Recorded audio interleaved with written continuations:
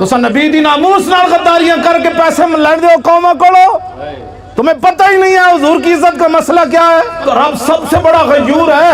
حضور نے فرمایا سب تو بڑا غیرت مند رب ہے۔ جناب یوسف علیہ السلام دے بھائیاں نے جناب یوسف علیہ السلام نو کھوہ وچ سٹیا نا تے قافلہ آ گیا، انہیں ڈول پایا تے جناب یوسف ڈول پکڑ کے تے کنویں دے باہر آ گئے۔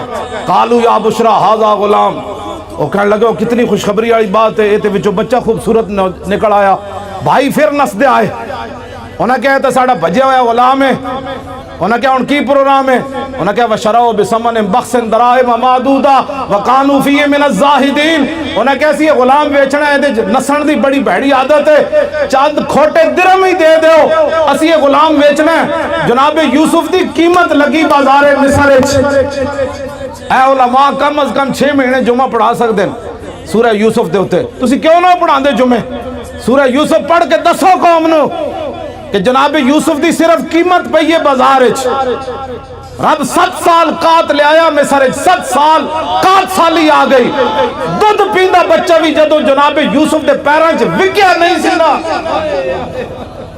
دودھ پیندا بچہ بھی جدوں ماں پیو ویچ کے نہیں سننا گئے، اس وقت تا رب قات نہیں ہٹایا۔ رب اپنے نبیوں دی عزت دے بارے اتنا غیور ہے، وہ تو جناب یوسف ہے، اور امام الانبیاء کی بات تو ہے ہی ایرانی۔ اسے زندگی نو کچھ نہیں کرنا، اسے زندگی نو حضرت خبیب بن عدی دی قبر ہے جی کدھر نشان، حضرت خبیب بن عدی صحابی رسول دی قبر دا نشان ہے۔ مشرکین مکہ نے آپ نو سولیوں تے بدھیا، پہلے سولیوں تے بن کے نا پھر انہاں پورے عرب نو بلایا، انہاں کیا امام الانبیاء دے غلامہ نے جدہ جدہ بندہ ماریا، جنہوں نقصان پہنچایا، ایک غلام قابو آ گیا خبیب بن عدی، اسی نو بند دیتا ہے سولیوں تے، آؤ تے تلواراں تے نیزے لے آؤ تے چھرے لے آؤ تے چاقو لے آؤ تے تیر لے آؤ، ایک بندے کو تسی بدلہ لو، تسی سوچ سکتے ہو ایک بندے کو کتنا بدلہ ہونا لے ہونا۔ سب تو زیادہ ظلم خبیب بن عدی نال ہویا، انہاں کینچیاں نال آ کے آپ دا ایک ایک جسم کٹیا، اور آپ نے پھر تختہ دار ہوتے ترانہ پڑیا۔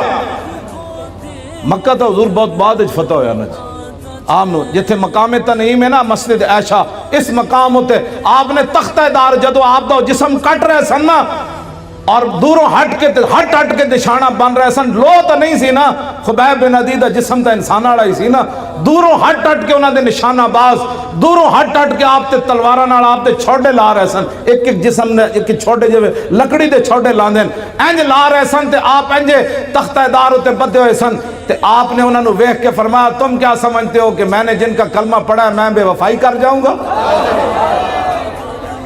آپ نے تختہ دار ہوتے پھر ترانہ پڑھیا، اور ترانہ تا محفوظ رہ گیا کہ حضرت سعید بن عامر الجمحی بعد جدو مسلمان ہوئے تھے ہمس تے گورنر بنے، تے فاروق اعظم کو شکایت آئیاں بھئی گورنر نو مرگی دی بیماری ہے، 4 شکایتان، اے علماء بیان کرو، اور کیوں نہ بیان کر دے تسی سیاست؟ انہوں نے کہا رسول اللہ 10 سال خود سیاست کی تھی، ممبر تے بھی حضور ہی بیٹھے، تخت تے بھی حضور ہی بیٹھے، عدالتہ بھی رسول اللہ دیا سن، بازارہ بھی حضور دا دین سی، کیوں نہیں تسی بیان کر دے؟ تو انہوں کمیٹیاں کہہ دیا مولوی صاحب تسی سیاست دان ہو گئے ہو، انہوں نے کہا جس نبی دا میں کلمہ پڑھیا ہو نبی نے سیاست کی تھی۔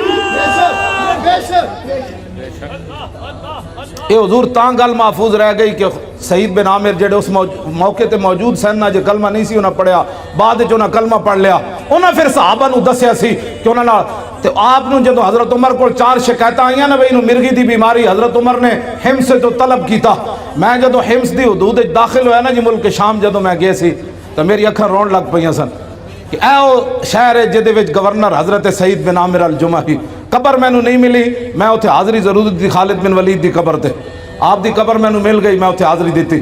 بہرحال سعید بن عامر الجمحی جدو حضرت عمر کو آئے نا 4 شکایتاں سن، انہاں وچ ایک مرگی دی بیماری، آپ نے فرمایا تو انہوں مرگی دی بیماری روزانہ ڈھے پاندے ہو بے ہوش ہو جاندے ہو؟ آپ نے عرض کی تھی نہیں، انہوں نے کہا پھر بے ہوش کیوں ہوندے ہو؟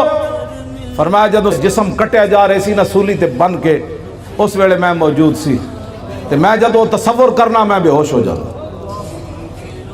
اتنا بڑا ظلم ہویا سی حضرت خبیب بن عدی نال۔ خبیب بن عدی نے تختہ دار تے ترانہ پڑھیا، سنا دے ماں